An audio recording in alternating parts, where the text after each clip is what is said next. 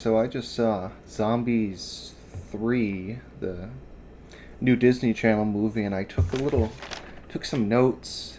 Kind of hard to see, but I had a full page of notes you can see here about the movie I just watched. I'd seen the first two a while back, so I wasn't expecting anything new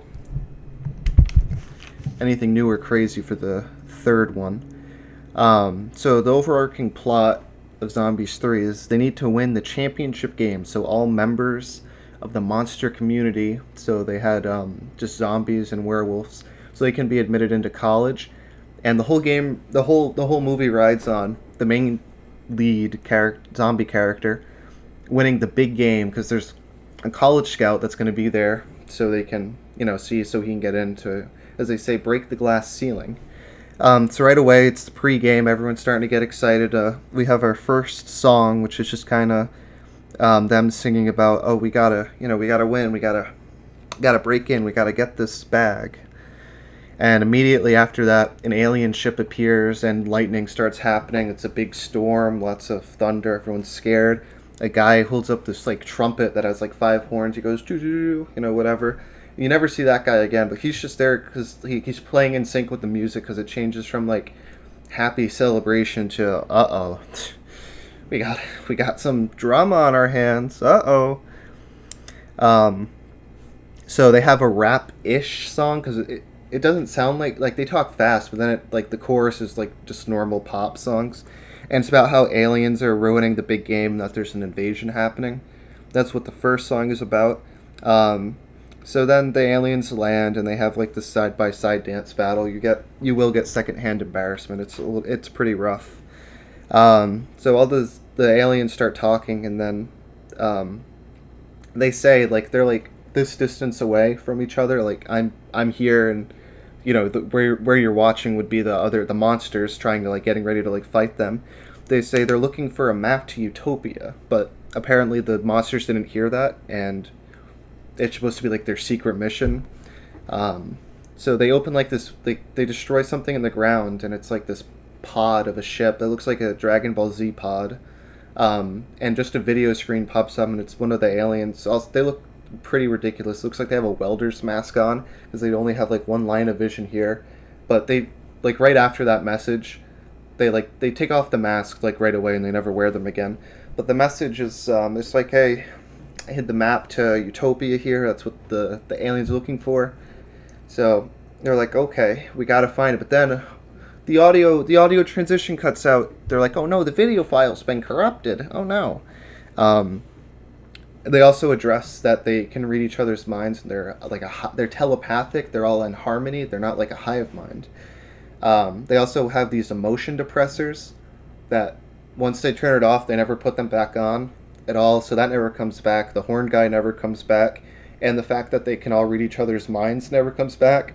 I don't even know why they mentioned it. They did it to make a joke. I have it down here. Let's see. Yeah. Here it is. Yeah, they do are you thinking what I'm thinking? And they go, yep, because we're telepathic. And that's how they introduce that.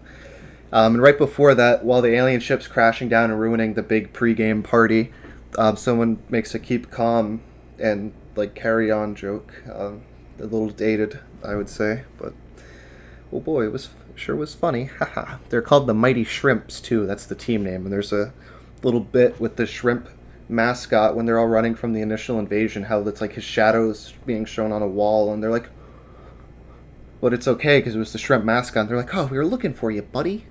So they all land. The game's ruined. The scouts run away. So the lead's like, oh man, now what am I gonna do? So school. Oh no! Before school carries on as normal again, the aliens get to go to school with them because they're like, oh, we're just here for the cheer competition, because there's a big cheer competition. A flyer hits them like on the ground. They pick it up and say, yeah, that's what we're here for. And they're still only just this far away as they're saying that.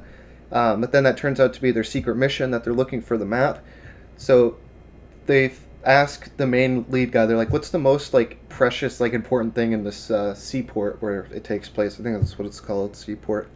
Because that's what the message said. That's where the coordinates to Utopia were hidden in in the woman on the voice video just says the most important place or most important thing in Seaport.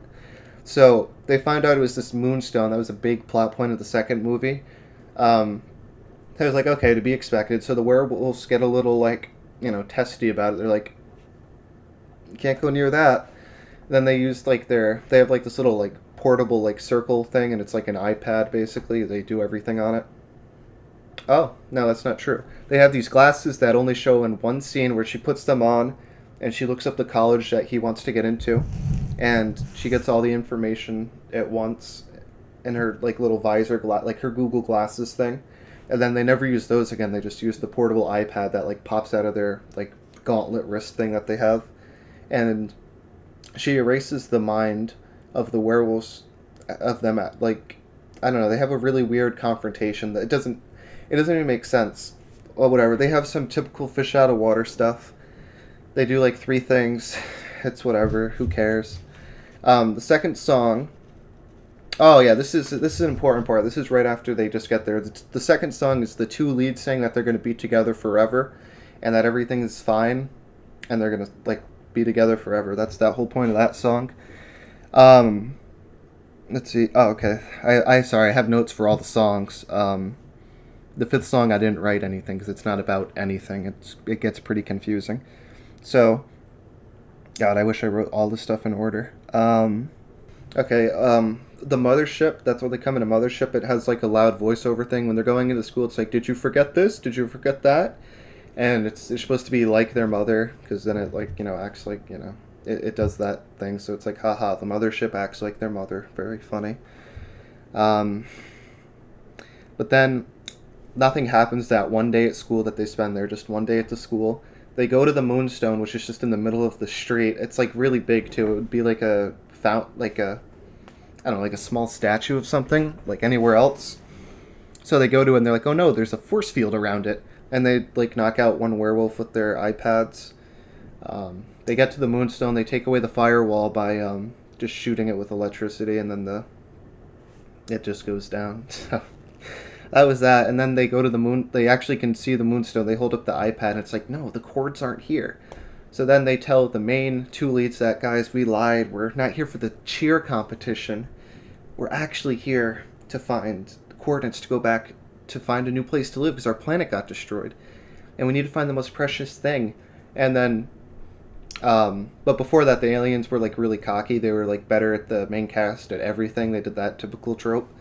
So they won like all the sports records. They were the best in the class. They just showed it all in like 2 scenes back to back, and that was really it of the school. They moved out of that quickly.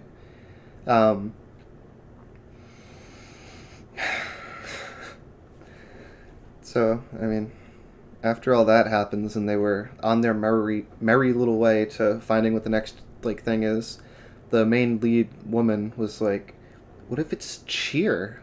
Like jokingly, and then they get to like this cheer. There's like the competition, so they're like, "Wait, it could be in the cheer cup," and it's like, "Oh, it is in the cheer cup." So now all the aliens join the cheer competition as their own like party and group. But then that's when the werewolves are like, they did something to us and I don't like it. So I guess there's like a middle part. There's like a B story with him still the main lead trying to get into college. And with that, that's where we get our third song. And the third song is solely just an anxiety song about him being like, I don't know if I can do this, Like, am I really the zombie to represent?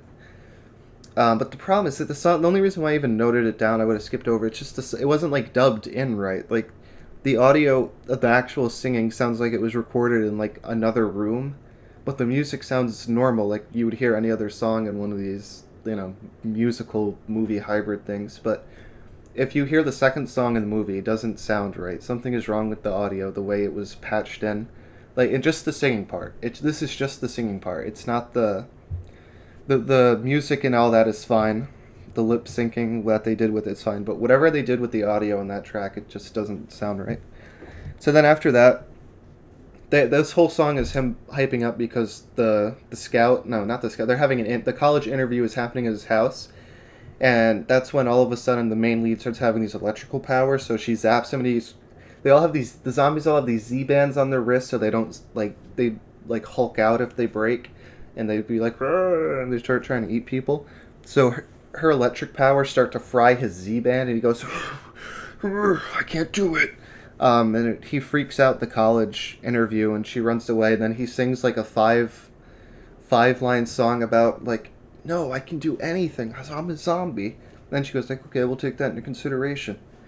Then it cuts to the big cheer finale. The movie's only an hour and a half, so they moved pretty fast by every story beat they set up. Um, it's the big cheer festival. Um, you know, they all dance, the cheer. They have this one team that shows up, whatever basic cheer stuff. The aliens are about to go up, but then the main lead guy gets a phone call. He runs outside. He makes it into the college. I forgot to. We'll get to it. We have to talk about the fourth wall breaks. But there's one right here. He gets on the phone. He finds out he makes it into the college. And then he was like looking off to the side, like actually he was like this way. So he's like, "I made it," and he looks at the camera. "I made it into college." And then he like looks over at like the ledge because he's on like a, I don't know, random stairwell in the, not stairwell, like a high rise in the middle of the school where you can see out the windows like this way. And he's like over here, and that's where the thing is. And he sees all these like military like vehicles outside, because just before, he didn't know this, the werewolves called the Zombie Patrol, which are to get rid of the aliens, because they're like, "The aliens are stealing from us. We can't have that." So he sees that, and he's like, "I gotta warn the aliens." So he runs back in, and he's like, "Guys," or just at that time, as he runs back in, the school finishes their cheer. So they instantly won. They didn't even give a chance for the other team. The second they were done, the three judges stand up and say, "They won!" And everyone goes crazy and loses their mind. But before they went on, before he gets the phone call, they cut to the girl again, the main lead. She's in the back room, like, of the stage getting ready, and she looks at the camera, like, where she's like, "Ah." And then she goes, "We really need to win this," because she just found out the aliens were disqualified for whatever. They didn't even say a reason. They said the aliens were disqualified. Or no, someone was disqualified. Whatever, someone was disqualified. The aliens didn't get to go because their performance was going to be cut short by the military. Or Z Patrol, same thing. Because they all have army jeeps painted with Z's on the side, because there used to be Zombie Patrol. But, he makes it in time to tell them, "You don't want to go up there." "No way, Jose." Oh, earlier I also forgot they made when the UFO first showed up, the first thing they say is UFO. That was pretty cool. That was awesome. Great joke.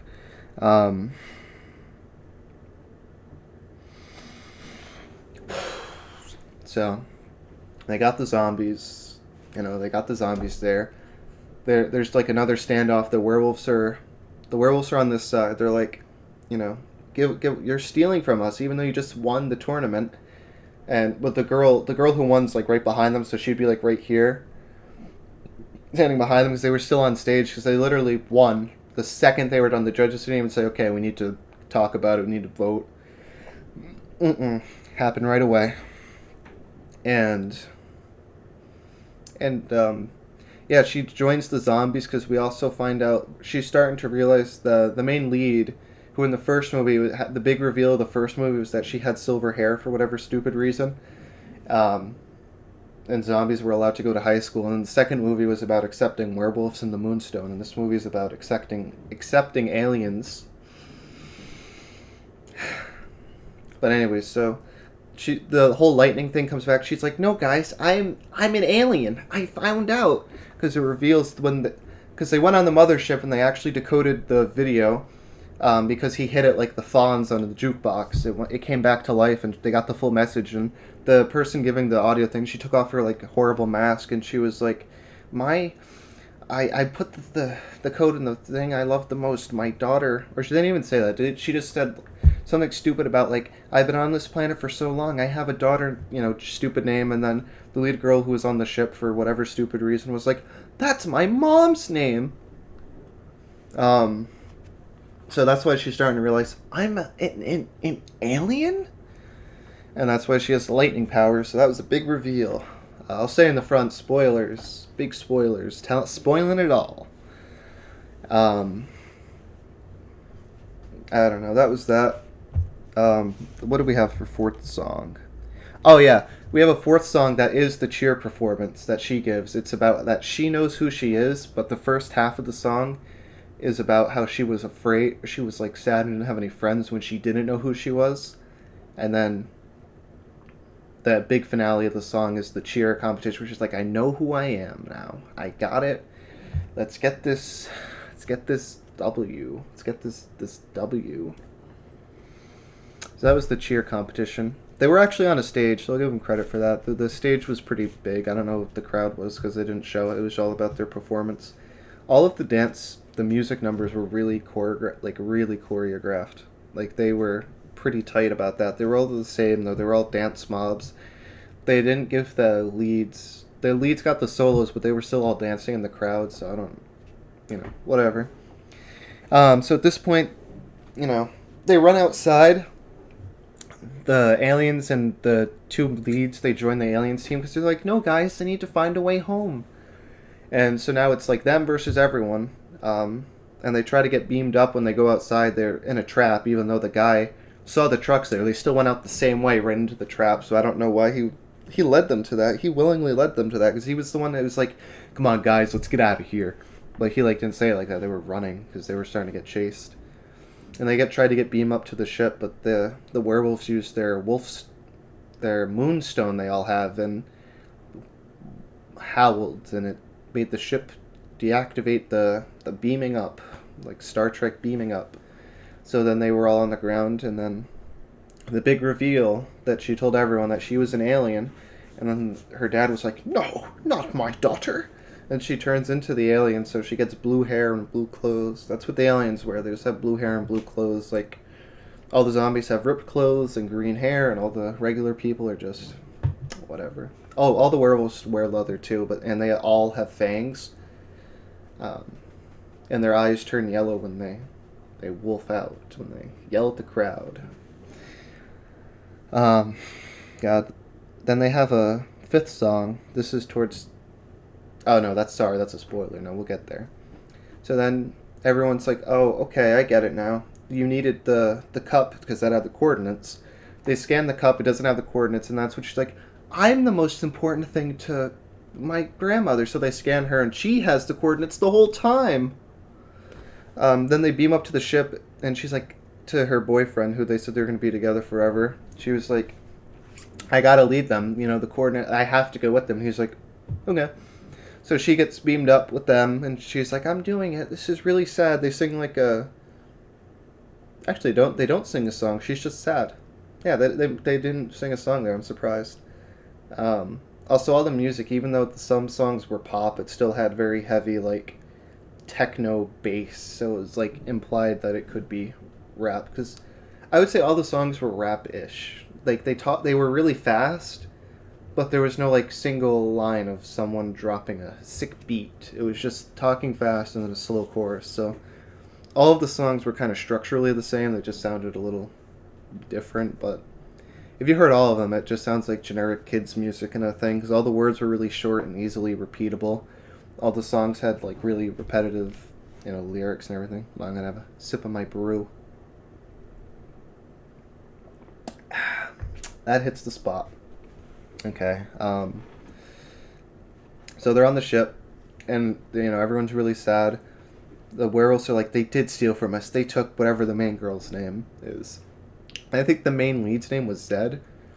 And then they're like, no, she needs to lead them because the coordinates are changing. They can't. It's just not one location. It's like a route, And then she's talking to the aliens, and she was like, yeah, Seaport where we just were was really great. And then the aliens were like, no, it sucked. And then she was like, but you need conflict. You can't live in utopia. And they were like, okay. And they moved back there, and everyone was so happy to see them. And then it ends how almost every single kid's movie ends, which was a giant dance party / song. And this is what I have for song number 5. I have nothing because I couldn't understand what they were singing about. I think they were like singing, they were just wrapping up, like, it wasn't about anything. All the other songs were clearly about something because they put a big heavy emphasis on it. Let's see, what is my last Um,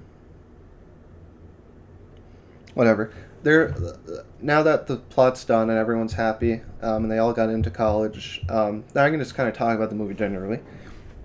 All of the men except for the lead were extremely flamboyant, um, and I was like, are they just afraid to like make them gay or something? Like, but then they weren't because the main alien woman and the main werewolf woman, they like fell in love from like one scene when they're having the big standoff with the or the aliens and the werewolves.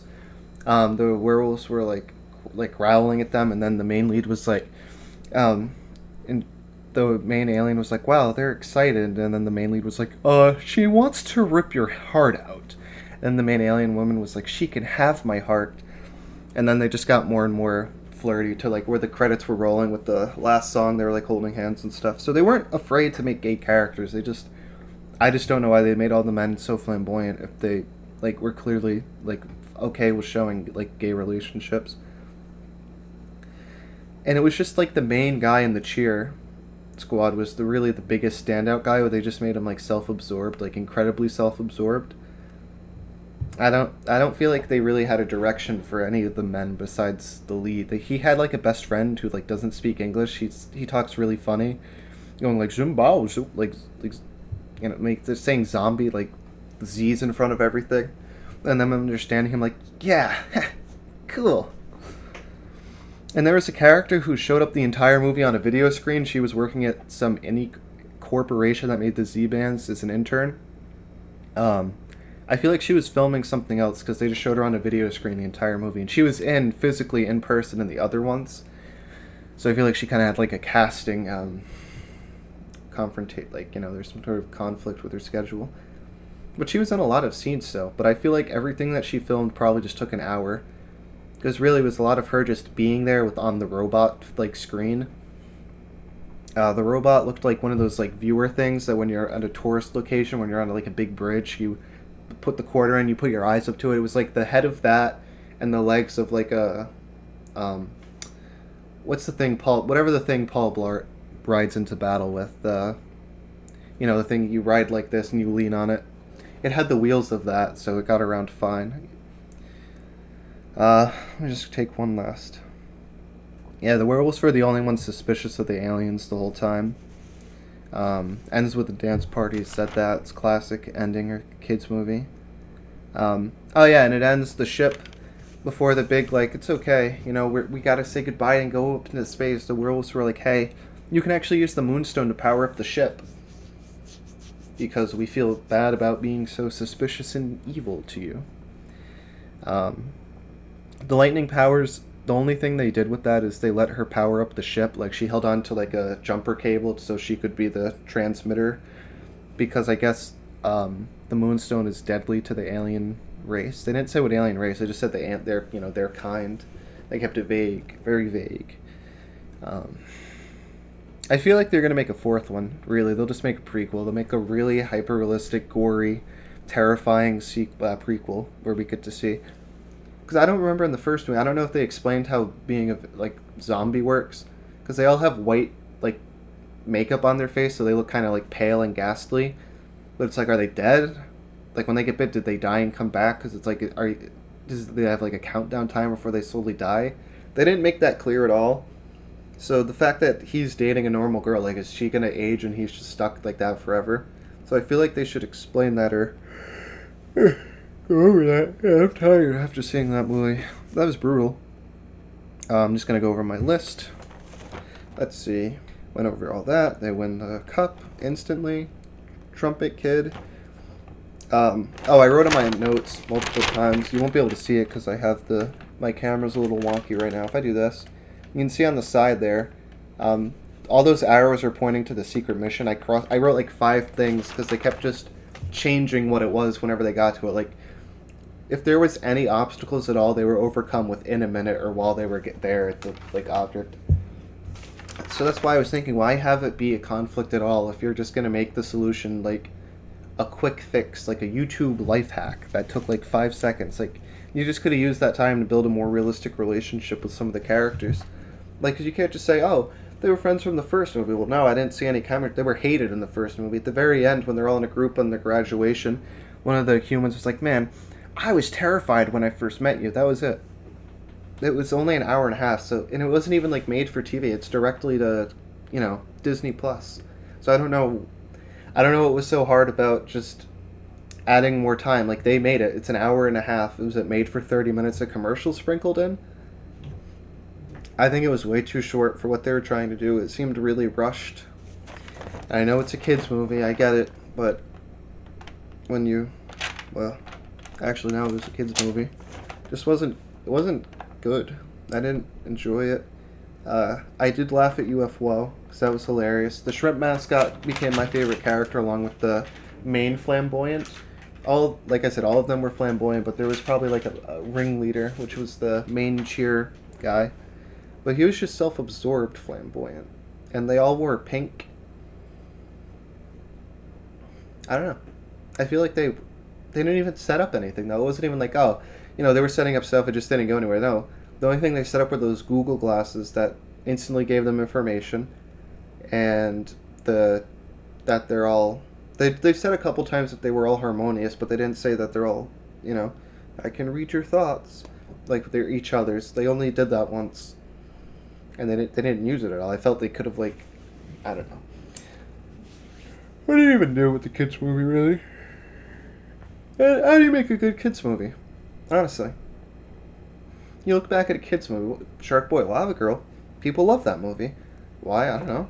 Why do people like anything? Why do people like Spy Kids? Spy Kids is a good kids movie. I remember watching that. That was great. Those movies were good. If I went back and watched them, I still enjoy them. They're still fun to watch. There's still jokes that I understand now when I didn't when I was this big.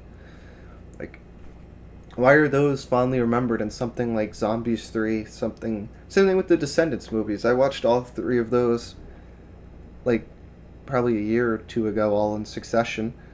They weren't good. They were cool set pieces, definitely cool set pieces, but it wasn't now you can argue those weren't made for the fellas, the boys. Those are more of the ladies type of movies, but still, I mean Shark Boy, Lava Girl, Spy Kids, they both man and girl lead. Same thing with Descendants, boy and girl lead. Same thing with Zombies, boy and girl lead. They're all the same formula, but how come some work and some don't? Both, Spy Kids doing super high tech technology with nothing. That nowadays that would be oh brother, if they did it now, because everything's pulling up the Superflex on my tablet, hacking into the system. Spy Kids was cool because this watch tells me the time, and I can see your face on it. I feel like they make the technology too advanced to where the point where it's almost it would be an easy plot hole. Not plot hole. It would be an easy solution to any problem. Whereas Spy Kids, they had 9 million gadgets, and then it's oh no, I lost my gadget. It's well, I still have something else. Now it's everything's on the Wonder Tablet. If I lose my Wonder Tablet, how are we going to progress in the story? And that's what I feel like they use technology for now in all these kids movies. They'll write themselves into a corner, and it's oh, we've got the magic camera, or we got the magic tablet. Same thing with that movie We Can Be Heroes, which had Shark Boy and Lava Girl in it. That was horrendous. That was really, really, really, really rotten and bad. Because the kids didn't seem believable. They were way too young. They had the Shark Boy and Lava Girl's kid was like an actual toddler. I don't believe a toddler's. I don't care if they have superpowers. It's a toddler. Just push it over. It's a toddler. You can't even walk. That was a rough movie to get through. That was a bad movie. I feel if you're making a kids movie, you have to have the villain be believable or just be another kid. Codename Kids Next Door. That was good. Didn't have a problem with that. That was great. Oh, there's another movie I was just about to mention, but then I forgot. That's cool. I'm sure it wasn't important. Oh yeah, Avatar. Avatar: The Last Airbender. They're literally Aang is 10 years old. How is it? It's believable because they set the the boundaries of the world. He's the chosen avatar. He's got to master all four elements. But still watching it, there's still stakes. His friends are all kids. His age or a little older. They still felt believable when they were being guys because they had magic powers, but they were grounded in a reality of rules that everybody follows. Whereas We Can Be Heroes, everyone had some really stupid gimmick power that they just Like one kid's power was that he had every power, but he couldn't control it, so it was like a magic grab bag. It was like he used metronome from the Pokemon move metronome, and every time he tried to use powers. I don't know. I don't know what the deal is with these kids movies nowadays. You know, it's not like how hard would it be to make something simple for I don't have him be kids. Have him be a teenager because a teenager could at least beat an adult, or just have one teenager be like the guy everyone rallies behind. Like Stranger Things is doing it. Stranger Things, they all have this, the useless weak kids. Then they have the one person with superpowers that they all rally behind, and then they have the teenagers that can fight the low level monsters with like bats and axes. Like they can actually, that's realistic. Like I could see that.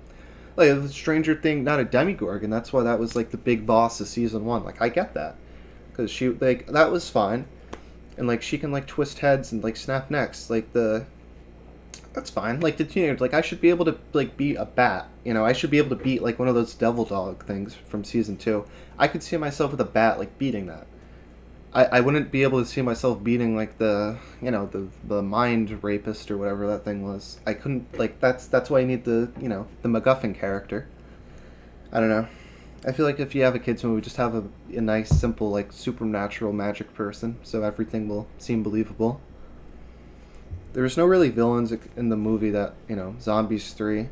It just kind of was like a mix of the werewolves being the antagonist to the aliens, and then the aliens being the antagonist to the people. There was no really. I feel like it could have used with an overarching villain, like have the people that destroyed the aliens' homes come and like to Earth, and then it's like, guys, we need to trust the aliens. They lost everything, and then we need to accept them because again, the whole movie is about acceptance, like the other two were. So it's just be like, oh, we have to accept them to help beat the hive mind or whatever the enemy is, but have it be like. I mean, they said it destroyed the entire planet, so I'm assuming everyone on the planet that isn't on the mothership is just dead. Because the only people that were on the mothership, they only showed like 10 people total, and they were just the background dancers. The first beaming down, there was 10 total people. And the ship is huge, by the way. It's a massive, gigantic ship. And then it just became the 3 leads of the aliens. I don't know. I don't know anymore. You watch something like this and you just say, why? Why did you make it? It's not good. I mean, do kids buy it? I'm not a kid. Would I have bought that if I was a kid? I don't. I don't think I would have liked it because it was a musical. I'd have probably Rock Brain. I would have liked to see like action. So, that's it. Action. The element of action. You got Spy Kids, action. Lava Girl and Chum Chum, action. That's it. There's no Avatar, action. Yeah, I had a Rock Brain. That all makes sense now. All right, that's really it for this little, I guess, movie review of Monsters 3. I wasn't disappointed. It was exactly what I expected it to be. It was very predictable, of course, because, classic kids movie. But I wish they would just take the formula and just, I don't know, I don't know. They rushed it. It was an hour and a half. That wasn't enough time for their super ambitious, like, movie. Actually, it wasn't ambitious at all. It was like a classic Disney, made-for-TV movie that they're going to air like 30 times. But like the movie like Horse Sense, I love Horse Sense, and then they made like the second one, Horse Sense 2, it wasn't called that. I didn't even finish it, I couldn't get into it. The first Horse Sense is great. Watch Horse Sense, that's on Disney Plus. Definitely recommend Horse Sense. I've seen that movie a lot of times. Though that movie is good. I've seen, what is it, Mr. House or Mrs. House, where they win a free house, but it has like an AI in it. That was fine too, I enjoyed that. There are some gems, but they're all older gems, Zeta the Space Girl, that's a classic. That's a timeless classic. Zeta's she's a little mischievous on the ship. She gets deported out of the ship, but she solves an evil plot.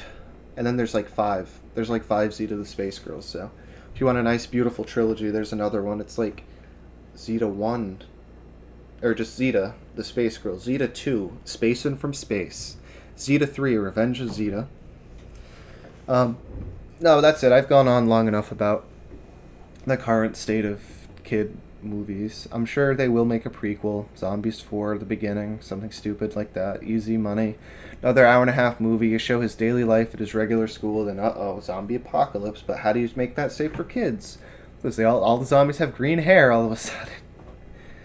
I don't know. I even feel like Pop Tropica did a better zombie thing where they had the zombie island with because it was like the blueberry smoothies that turned everyone into zombies. And I remember finding that out when I was a kid, like playing on that Pop Tropica. I was like, that I was genuinely scared of the Pop Tropica zombies when I was a kid because like there was that one part in the tunnel where you needed a light to shine on. That scared me. I'm not gonna lie, that scared me. I was like, I don't like this. I'm not doing this again. It's like a memory. And watching all those YouTube videos on like how to actually get past Mythology Island. That island had so many steps. But I went on recently. They don't even have like early Pop Tropica. I loved early Pop Tropica. And Spy Island. Spy Island was the superhero island. God, after you beat that island and you could just fly around, that was the best. I think that was the best, and also I really liked Mythology Island because I was into all that stuff, with the Percy Jackson books. So that definitely added to the allure, the attraction of the thought. Yeah, it was. All right, that's it. Thanks for watching.